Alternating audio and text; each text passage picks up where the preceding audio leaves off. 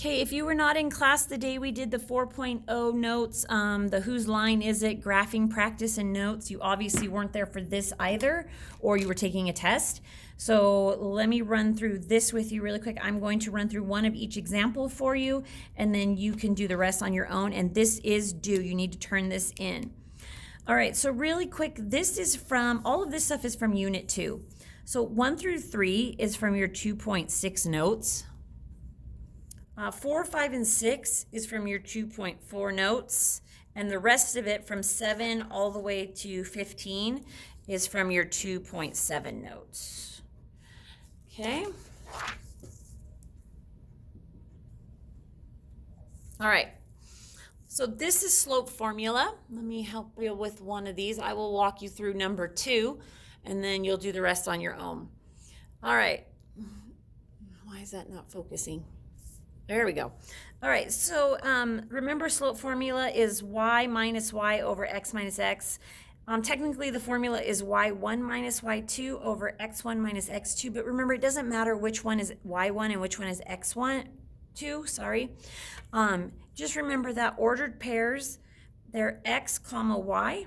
So this is an x, that's a y, x, y. And whatever y I start with, I have to start with the same x. This is how I like to do them. So I usually just pick the first ordered pair. So my first y is a negative 40.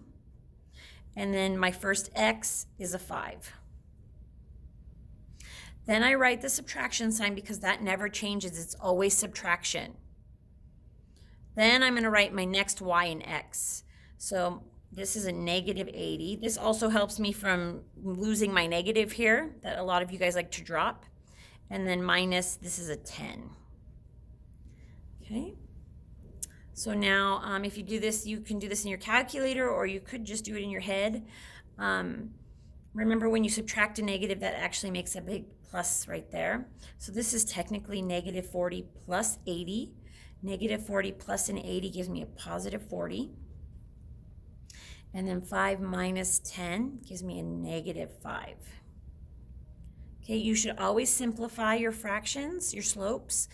So both of these are divisible by 5. When I divide them both by 5, I get 8 over negative 1.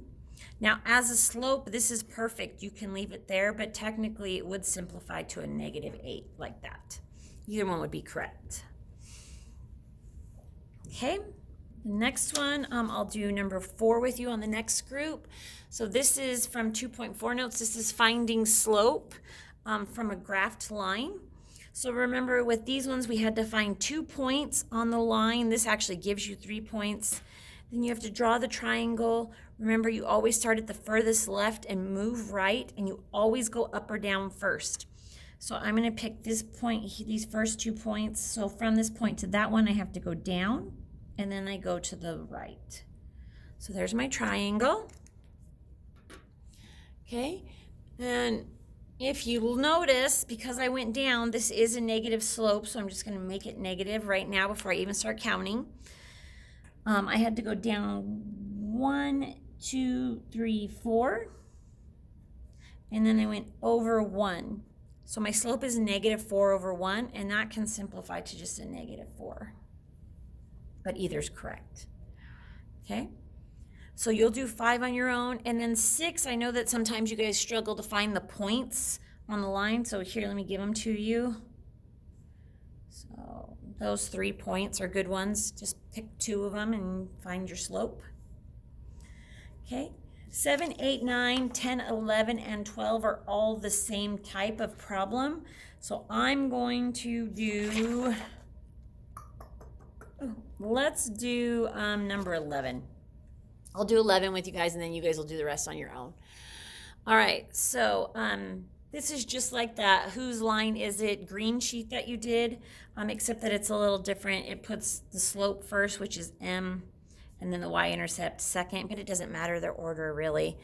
You can still find the y-intercept first. So the y-intercept for this one is a negative 3.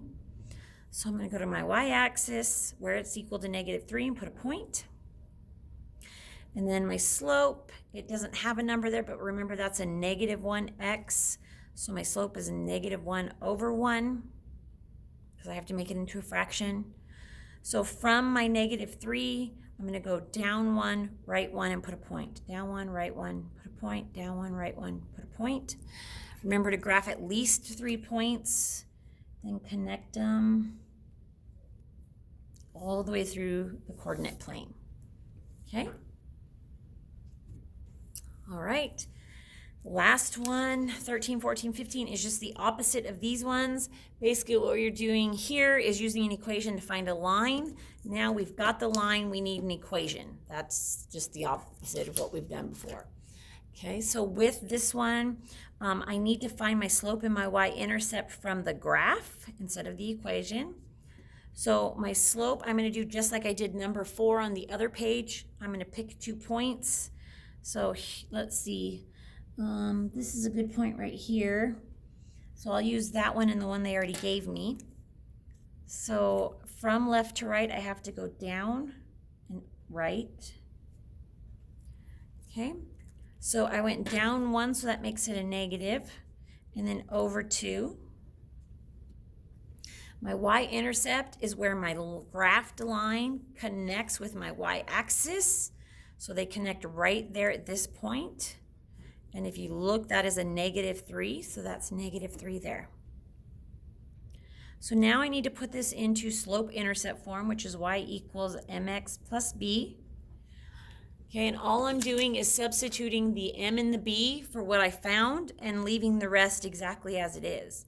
So my y, I just rewrite. My m is now the -1/2, and I put x with it because otherwise I don't know it's the slope. You need to attach x to it. Then it would be plus b, but my b is actually a negative, so you could write it like this. This is correct, but this way is more correct. Okay, dropping that positive, that plus sign, and just putting a subtraction sign there. Okay, now it's your job to finish the rest of them and make sure you get it turned in. If you were absent the day we did this, or if you were taking a test the day we did this, right up here, write either absent or test so that I know, right under the credit thing so that I know, okay? All right, guys, that's it. You should all be caught up now. Thanks.